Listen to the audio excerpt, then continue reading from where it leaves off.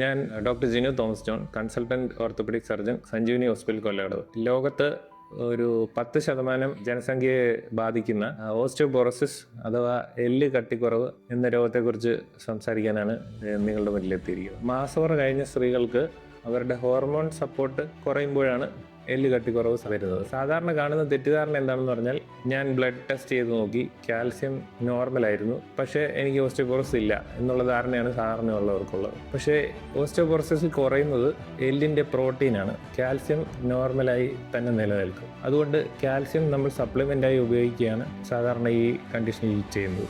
അതിൽ 2 തരത്തിൽ ഓസ്റ്റിയോപോറോസിസ് ഉണ്ട്. ഒന്ന് പ്രൈമറി ഓസ്റ്റിയോപോറോസിസ്, അതായത് പ്രത്യേകിച്ച് ഒരു കാരണമില്ലാതുള്ള ഓസ്റ്റിയോപോറോസിസ്. രണ്ടാമത്തേത് എന്തെങ്കിലും ഹോർമോണിൻ്റെ പ്രശ്നങ്ങൾ കൊണ്ട് ഓസ്റ്റിയോപോറോസിസ് വരും. കൂടാതെ സ്ഥിരമായി അപസ്മാരത്തിന് മരുന്ന് കഴിക്കുന്നവർക്ക് ഓസ്റ്റിയോപോറോസിസ് ഉണ്ടാവാറുണ്ട്. ഇതിന് സാധാരണ എക്സ്റേ കൊണ്ട് നമുക്ക് ഒരു ഊഹം എന്ന് മാത്രമേ പറയാൻ പറ്റുള്ളൂ. അതായത് ഒരു നടുവേദനയായി വരുന്ന ആൾക്ക് എക്സ്റേ എടുത്ത് നോക്കുമ്പോൾ ഫ്രാക്ചർ ആണെങ്കിൽ അത് ചിലപ്പം ഓസ്റ്റിയോപോറോസിസിന്റെ ലക്ഷണമായേക്കാം. ഇതിന് സ്പെസിഫിക് ആയി കണ്ടുപിടിക്കാൻ വേണ്ടിയുള്ള ടെസ്റ്റ് ബോൺ ഡെൻസിറ്റി സ്കാൻ അല്ലെങ്കിൽ ഡെക്സാക് സ്കാൻ ആണ്. ഇതിൽ പല കാര്യങ്ങൾ പ്രത്യേകിച്ചും പ്രായമാരെ ബാധിക്കുന്നുണ്ട്.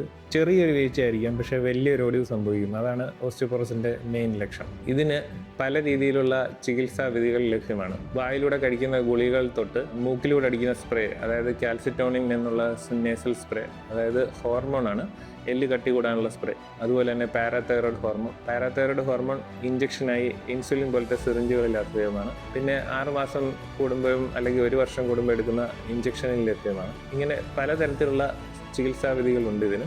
അതിൻ്റെ കൂടെ കാൽസ്യം കൂടെ ഇതിനകത്ത് കൂടെ പോകേണ്ട ചികിത്സാ രീതിയാണ്. പൊതുവെയുള്ള ചികിത്സാ രീതികളിലെല്ലാം എല്ലിലേക്ക് കാൽസ്യം അബ്സോർബ് ചെയ്യുന്ന ചികിത്സാ രീതിയാണ് ഇതിന് സ്വീകരിക്കപ്പെടുന്നത്.